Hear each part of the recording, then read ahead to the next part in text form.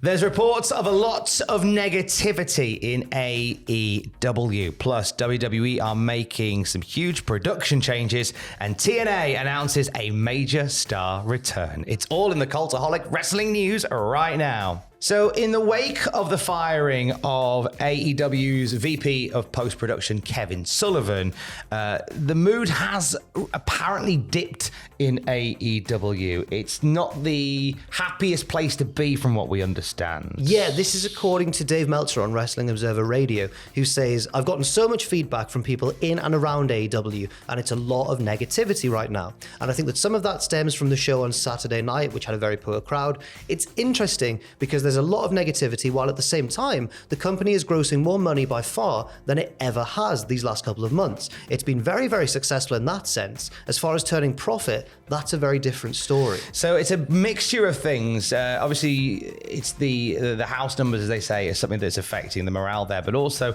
the firing of Sullivan has as well, because Sullivan was a guy that was there from the very beginning. So to be seen, him to be going is a bit of an upsetting move. And there is a concern that a lot of these backstage roles, as Dave Meltzer does say in Wrestling Observer Radio, a lot of these backstage roles being replaced by ex-WWE guys as well. And I think there's a weird feeling, a weird vibe about that as well. It's a shame that we're hearing more and more stories like that. From AEW. I hope this is merely a transitional thing, because we forever need a rival or a secondary promotion to do well, to rival somewhere like a WWE, not just in terms of the ratings is a small part of it, in terms of offering an alternative for somewhere to work and somewhere to thrive as well. Yeah, and I think especially Kevin Sullivan, who we should point out is not related to the Taskmaster Kevin Sullivan. Not the Taskmaster. He is a... Sullivan, my son! He was a part of TNA for upwards of a decade before moving to AEW, and apparently was in charge of basically editing video packages and editing shows that aren't live, like Rampage, for example. And it seems by this release of his, it seems like he was quite a respected member of staff. And I think you've got a big point there talking about these backstage roles or these key positions being filled with ex-WWE names, because as we know, wrestling isn't averse to a bit of the old nepotism, and maybe if certain people have certain positions, they're going to try and get their mates in for a payday, or they're going to try and make decisions that favor themselves and their friends. And maybe it's a case of, because I think when AEW started, one of the big boosts it had was that how fresh it felt, all this combination of people who'd never really been in WWE, a lot of them, and now maybe it feels like history repeating itself like it has with countless promotions before, with the same names cropping up time and again. It is worth pointing out as well, for the benefit of clarity and unbiasedness, is that there have been a few non-WWE names that have proved very successful. Oh, yes. Behind the scenes. I'm talking about you guys, you talk guys like Will Washington, who has come very much from a non-WWE background and is doing great things for them at the moment. People like that. There are names there, but I think the sign of Kevin Sullivan going and this sort of changing of what AEW is all about. Certainly it's got some mixed feelings. One name that came in recently that had a lot of mixed reaction online was Ric Flair. And Tony Khan was speaking to the New York Post, and he shared a big detail in Ric Flair's AEW deal. What did he say, Jack? It was a strange one. He said, we're not paying Ric Flair. Ric Flair is essentially paying us. We're getting paid by Woo Energy for all of his appearances, so we're collecting revenue from them. This isn't just Tony Khan kind of plucking something out of thin air. Ric Flair has alluded to an arrangement like this in an interview he conducted after he'd signed, saying that he is basically employed by Woo Energy. But this is like something I can't really think of ever in wrestling, this arrangement. It's a strange one to make. I mean, I hope they're selling enough Woo Energy, because surely the whole point of this is to sell Woo Energy. Yeah, well, it's plastered all over the screen whenever Ric Flair's in a segment. It's a strange one, though, and I think, they must be paying quite a lot because I think a lot of the backlash to Flair turning up wasn't just because of controversial things that have been reported on him in the past. That was certainly a big part of it, but also the fact that he just seemed a little bit redundant to the story. Certainly to sign like a 4-year deal or whatever it is, maybe get him in for 1 or 2 appearances regarding Sting, but it seems like he's in there for the long haul. And to hire an old legend on the basis that you're getting paid by the company that employs him feels very soulless and kind of against that spirit of AEW that we were talking about before, that early, fresh kind of pseudo-independent spirit. Weirdly, I don't know why it reminded me of this, but do you remember Total Network Solutions, FC?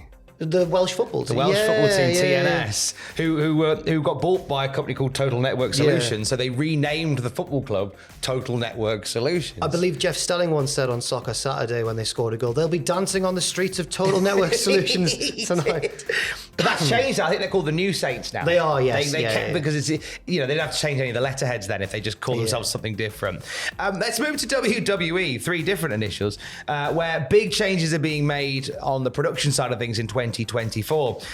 It starts with a streamlining of events.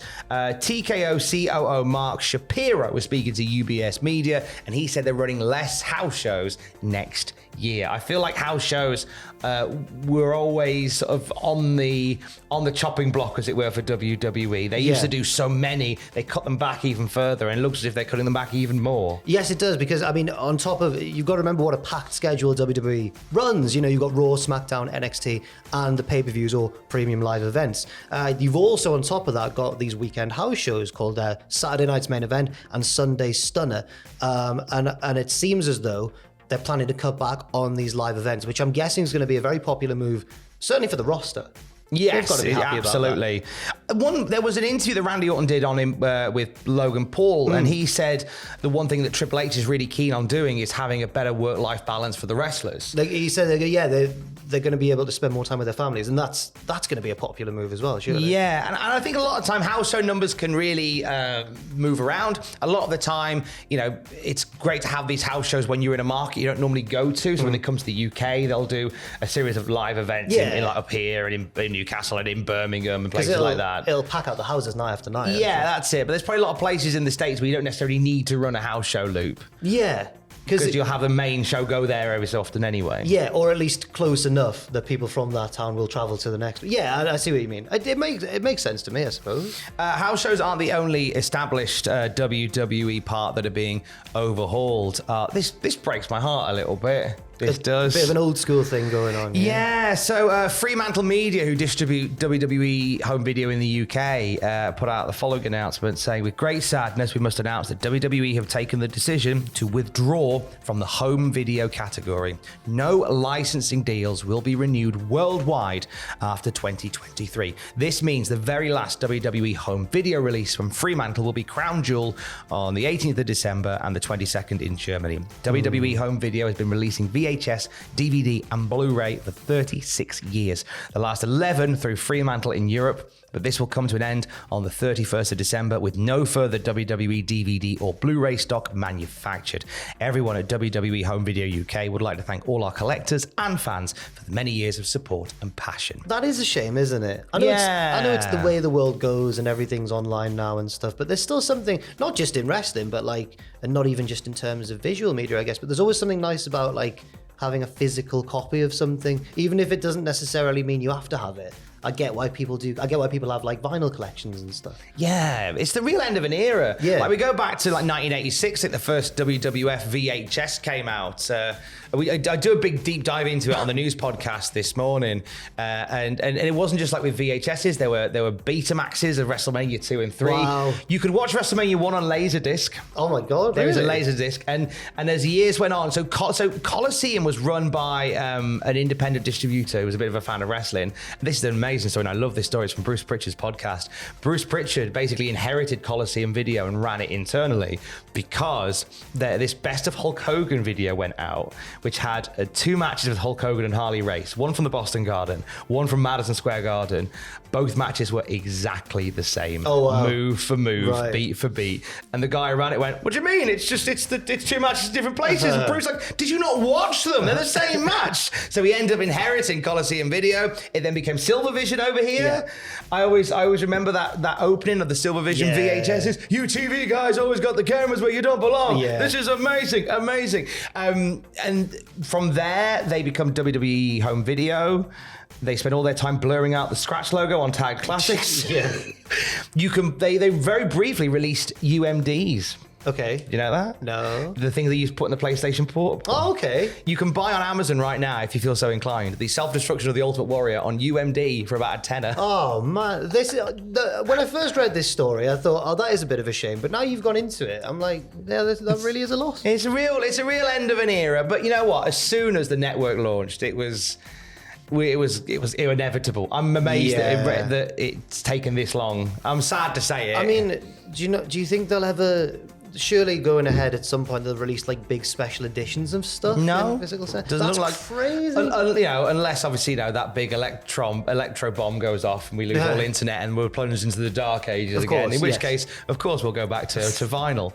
That'll be a thing to do. But yeah, so hug your DVD collection tonight. It got us through some long nights, as did the VHS tapes. Let's end on some lovely news about a major return for TNA. Who's coming back? It's Will Ospreay. Yeah, boy. He is returning to TNA Wrestling. The promotion announced on their social platforms yesterday that he's going to be attending the Las Vegas tapings, the TV tapings, the night after Hard to Kill. I think they wanted him to be, there was hope online, I guess, speculation that he would be at Hard to Kill itself, but he's double booked. He's going to be at New Japan Battle in the Valley on the same night. So he's doing the set of tapings the night after. He was so keen to get a TNA booking in before he joined AEW. So he's doing it. He's very excited. Oh, he seems to really, I mean, just from the show in Newcastle when he closed the main event and then gave a promo, putting over not only the great city of Newcastle, but also TNA as well, talking about what a fan he was and everything. So it seems like he genuinely really enjoys working for the promotion, even though, as we know, he's moving to AEW full-time in February or so. Matt Rowell on Twitter has teased that he won't be coming alone. Right, I wondered what that meant, because Matt Rowell obviously does announcing work now for Impact, over soon to be TNA Wrestling once again. I wonder if he means friend or foe. Because could Ospreay be bringing somebody that he's affiliated with in the United Empire, or Don Callis' family perhaps? Or could it be somebody hot on the heels of Ospreay looking to take him out? We're going to find out soon enough. Buzzing to see him back for TNA Wrestling in 2024. If you're still recovering from the news of the end of the VHS era, then why not watch our YouTube documentary, WWE's Golden Age, Part 1. Goes through the journey that brought us to WWE today. It's a fantastic production, and if you love us doing stuff like that, support us on Patreon and we can make more. Patreon.com/Cultaholic. Congratulations to all the guys who worked on it, and thank you to everybody for the wonderful feedback it's received so far as well. I think when something's had real effort and care put into it, I think that most people can really tell when it goes live. Absolutely. If you've not had time to watch it yet, make it part of your day today. And for the latest wrestling news throughout the day, you can check out Cultaholic.com. Stay safe. Love you. Bye.